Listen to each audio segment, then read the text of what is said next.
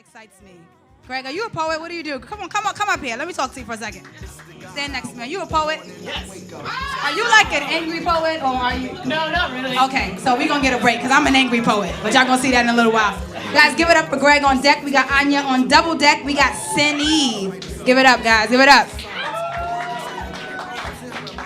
Hi. My name is Greg. Welcome to the Brain Bullet Cafe. I'll be taking care of you today. Everything here is original phrasing interwoven together in my mind. Now I must tell you about the specials that are blazing in my mind, ready to be served to you through this feathery spoken word. To start, we have a leathery fantasizing put forth by the fourth element of my mind, incognito alter ego. It is served with a side of rhyme and usually paired with some alliteration to satiate your palate. I recommend this as an appetizer. Secondly, we've got the flattened killer conflagration. It is braised in the raised land, is brought to you on a sizzling griddle shaped like a fiddle. It comes with a side of graphic, violent imagery, and it is paired with a flaming tongue, my specialty cocktail made of mindful structures. I garnish it with a grating of brain matter. Thirdly, and this one is a fan favorite, we are serving our special alphabet dish. I start by putting my alpha and my beta into a word processor. These are the main ingredients, but I then add a little bit of everything in my kitchen. Excuse me, my mind, I often confuse the two. I dice up lots of C's and D's, and I never forget the sprinkling of S's and the topping of T's to go along with it. I recommend this as a first course for those who might be quite adventurous today. Now, I'll spare you all of the intricate complexities that go into these dishes, but I must let you know that I split up the vexed simplicities into horror combinations of delightfully delicious debauchery and coldly complacent categories. The main ingredient is always stories. I will let you know all of the little things that run through my mind with the detail of light bouncing off of a brick jumping into me. I see the sparkles from the rocks twinkle, and the dull gray plays off of the deep red and earthy browns to let me know that this dish is one that can satisfy your soul. I know that the shades and shadows come through only because there is a lack of light in those spots.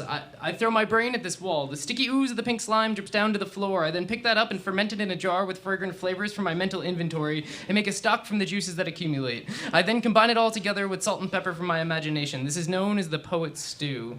Our salad of the day is my heart tossed with hormones and blood. The dressing is made out of sorrow and solace, both of which were picked fresh from my emotional garden this morning. I crush them together and let them steep in a cauldron of creativity. This salad is made with a bed of green irises that stare back at me and scream out that I must take on the day with a smile. Then I sprinkle on the red veins of my eyes, which are perfect for straining to achieve a consistency of invaluable time spent with a loved one. Before I dress this salad, I always wash it thoroughly with vinegar that I made myself. It is infused with lies that I tell myself so I can sleep at night.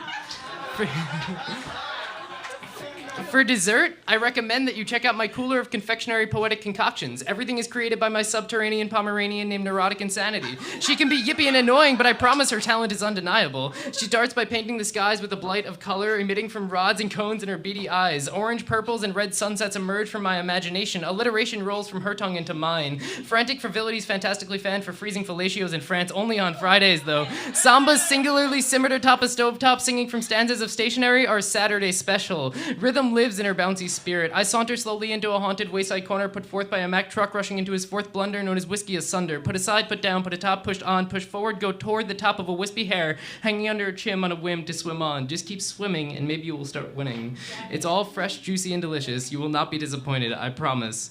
Brain Bullet Cafe will never say that you must delay your stay, but you are welcome to sit and chat as long as you like, so long as you have an appetite for my stories. Can I do one more? Okay, I can do a quick one. Hold on. All right, I have one more quick one. The twerp burped and the church lurched. The boisterous gases floated in such dense bulbous masses that the little boy's tummy rumbled the foundation of the holy house. The dweeb sneezed and the trees teased the tip of the steeple, and all the people's jaws dropped to the floor. From the altar to the door, tons of patrons were vaulted from the frantic reverberations of the combination. The palpitations of the walls caused the gigantic stained glass windows depicting Jesus and Mary and Luke to burst, and everyone witnessed a rainbow of danger confetti rain down upon the congregation. Iron bars fly through the air the shape of spaghetti. Luckily, those didn't harm the gathering. There were a smattering of lacerations and a few disorientations from all the ruckus. Everyone ended their prayers with a thanks to God, considering the magnitude of the bodily functions. Okay. Thanks.